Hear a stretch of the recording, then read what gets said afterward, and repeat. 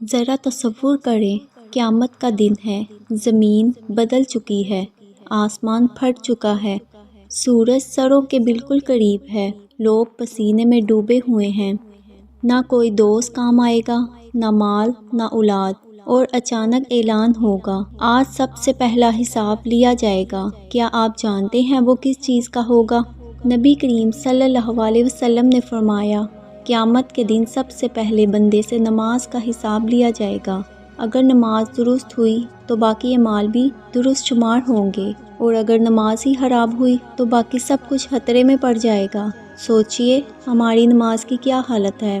کیا ہم وقت پر نماز پڑھتے ہیں یا جلدی جلدی فرض ادا کر کے بھاگ جاتے ہیں؟ کیا کبھی ایسا ہوا کہ موبائل کی وجہ سے نماز لیٹ ہو گئی؟ کیا کبھی ایسا ہوا کہ نیند نماز پر غالب آ گئی؟ قیامت کے دن بہانے نہیں چلیں گے، وہ دن 50,000 سال کا ہوگا۔ لوگ اپنے مال کے مطابق پسینے میں ڈوبے ہوں گے، کسی کا پسینہ ٹخنوں تک، کسی کا گھٹنوں تک، اور کسی کا منہ تک، اور اس وقت سب کو اپنے مال یاد آئیں گے، لیکن وقت ختم ہو چکا ہوگا۔ جہنم کے اوپر ایک پل ہوگا، بال سے باریک، تلوار سے تیز۔ کچھ لوگ بجلی کی طرح گزر جائیں گے، کچھ دوڑتے ہوئے، کچھ گھسٹتے ہوئے، اور کچھ نیچے گر جائیں گے۔ سوچئے ہم کس گروہ میں ہوں گے؟ جب نامہ مال دیا جائے گا، اگر دائیں ہاتھ میں ملا تو خوشی ہی خوشی، اور اگر بائیں ہاتھ میں ملا تو حسرت ہی حسرت، اور یہ سب ہماری نماز پر منحصر ہے۔ آج ہم دنیا میں مصروف ہیں، کاروبار میں، سوشل میڈیا میں، فضول باتوں میں، لیکن نماز کے لیے وقت نہیں۔ قیامت کے دن صرف ایک سوال ہوگا، نماز کا کیا کیا؟ اگر ہم نے کوتاہی کی ہے تو دروازہ ابھی بھی کھلا ہے۔ اللہ غفور الرحیم ہے، آج سے نیت کریں، نماز وقت پر، دل سے اور باجماعت ادا کریں۔ فیصلہ آج کریں،